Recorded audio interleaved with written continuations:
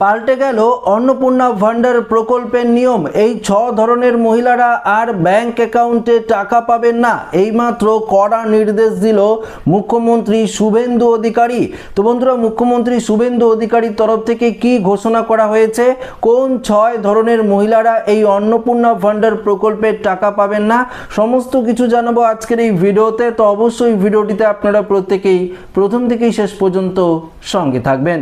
দেখুন বন্ধুরা, একটি বিষয় আপনাদেরকে জানিয়ে দিই, আগে যদি আপনারা লক্ষ্মীর ভান্ডার প্রকল্পের টাকাও পেয়ে থাকেন, তবে এই অন্নপূর্ণা ভান্ডার প্রকল্পের টাকা কিন্তু অনেক মহিলারাই পাবেন না, এমনটাই কিন্তু ঘোষণা করেছে মুখ্যমন্ত্রী শুভেন্দু অধিকারী।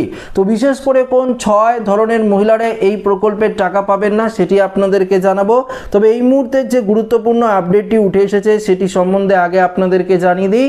মহিলাদের আর্থিক স্বনির্ভরতার লক্ষ্যে আগামী 1 জুন থেকে শুরু হতে চলেছে অন্নপূর্ণা ভান্ডার প্রকল্প। আপনারা প্রত্যেকেই জানেন যে 1 জুন থেকেই প্রত্যেকের ব্যাংক অ্যাকাউন্টে 3000 টাকা করে কিন্তু সরাসরি ডিবিটি লিঙ্কের মাধ্যমে পাঠানো হবে।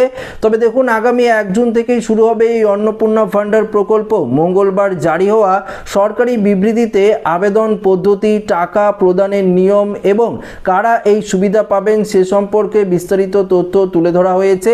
এই প্রকল্পে প্রতি মাসে 3000 টাকা করে ব্যাংক অ্যাকাউন্টে পাবেন। কিভাবে টাকা ঢুকবে এবং কারা কবে থেকে আপনারা ব্যাংক অ্যাকাউন্টে টাকা পাবেন সেটিও কিন্তু জানিয়ে দিয়েছে অফিসিয়াল বিজ্ঞপ্তিতে।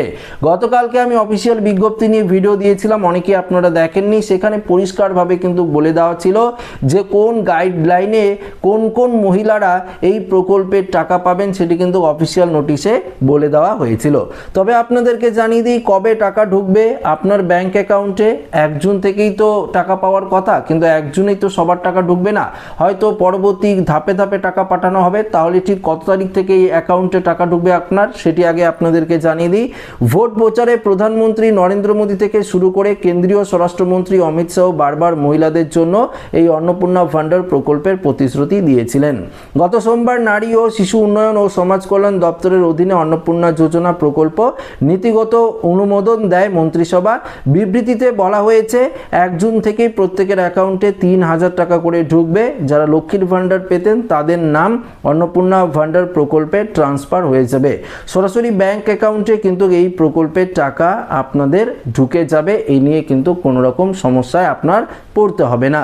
যারা লক্ষ্মীর ভান্ডার প্রকল্পের অর্থাৎ প্রকল্পের জন্য আবেদন করেননি তারাও অন্নপূর্ণা ভান্ডার প্রকল্পে আবেদন করতে পারবেন। যারা আবেদন করবেন তাদের বয়স অবশ্যই 25 থেকে 60 বছরের মধ্যে হতে হবে। 1 জুন থেকেই পোর্টাল চালু হবে অনলাইনে, আপনারা সেখান থেকে আবেদন করতে পারবেন। প্রকল্পে যে আবেদন হবে সেগুলো সরাসরি কিন্তু অনুমোদন হবে, বিডিও যাচাই করবেন। অর্থাৎ গ্রামের যে জায়গাগুলি রয়েছে সেখানে বিডিও যে অফিস রয়েছে সেই বিডিও অফিসে বিডিও কিন্তু আপনার সমস্ত কিছু যাচাই করবে। মহকুমার শাসক করবেন শহর এলাকার যাচাই, কলকাতা পুরসভার এলাকায় যাচাই করবেন পুরসভার আধিকারিকরা, পুরসভার কমিশনার যাচাই কাজ করবেন। অনুমোদিত আবেদনগুলি পোর্টালে আপলোড করা হবে, আবেদনের পর তা খতিয়ে দেখা হবে, তারপরই আপনারা ব্যাংক অ্যাকাউন্টে টাকা পাবেন। তো এই প্রসেসটা হতে কিছুটা সময় কিন্তু লাগবে, তাই 1 জুন আপনার ব্যাংক অ্যাকাউন্টে যে সবারই অ্যাকাউন্টে টাকা ঢুকবে তেমনটা নয়, ধাপে ধাপে প্রত্যেকের অ্যাকাউন্টে এই প্রকল্পের টাকা কিন্তু পাঠিয়ে দেওয়া হবে।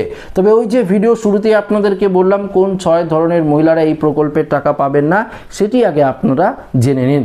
দেখুন, প্রথমত বলেছে কেন্দ্রীয় বা রাজ্য সরকারের স্থায়ী চাকরি করলে আপনারা কিন্তু টাকা পাবেন না। আপনারা যদি কোনো রাজ্য সরকার বা কেন্দ্রীয় সরকারের কোনো রকম চাকরি করে থাকেন, সেক্ষেত্রে যদি আপনারা লক্ষ্মীর ভান্ডার প্রকল্পেরও টাকা পেয়ে থাকেন, এবার থেকে আপনারা অন্নপূর্ণা যোজনার টাকা পাবেন না। দ্বিতীয়ত, পেনশনভোগী হলে আপনারা পাবেন না। রাজ্য সরকারের অনুমোদিত শিক্ষক অশিক্ষক পদে কর্মরত থাকলে আপনারা এই প্রকল্পের টাকা পাবেন না। পঞ্চায়েতের কর্মীও যদি আপনারা হন সেক্ষেত্রেও আপনারা পাবেন না। আয়কর অর্থাৎ আয়কর যদি আপনারা ইনকাম ট্যাক্স ফাইল দিয়ে থাকেন, আয়কর করে থাকেন, সেক্ষেত্রেও পাবেন না।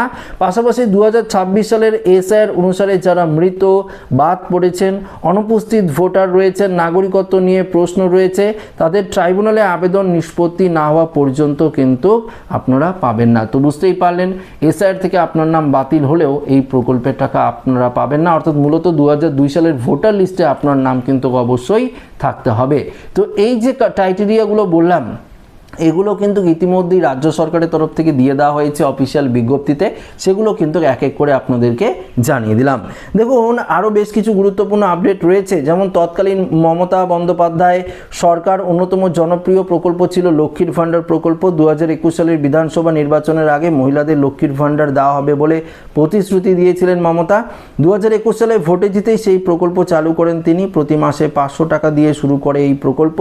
তারপর ধাপে ধাপে সেই টাকা কিন্তু বেড়েছিল। পূর্বতন সরকারের শেষ বাজেট লক্ষ্মীর ভাণ্ডার টাকার পরিমাণ বাড়িয়ে দেয়, 1500 টাকা করা হয়েছিল। আর সেই টাকা কিন্তু তপশিলি যারা এসসি এসটি মহিলা রয়েছে তারা 1700 টাকা করে পেতেন, এবং যারা জেনারেল ছিল তারা কিন্তু 1500 টাকা করে পেতেন। তবে দেখুন এই যে প্রকল্প সেটি বন্ধ হয়ে এবার অন্নপূর্ণা ভাণ্ডার প্রকল্প চালু হয়েছে, যেখানে আপনারা কিন্তু সকলেই একবারে 3000 টাকা করে পাবেন। সেক্ষেত্রে এসসি এসটি ওবিসি কোনো রকম ক্যাটাগরি এখানে ধরা হবে না।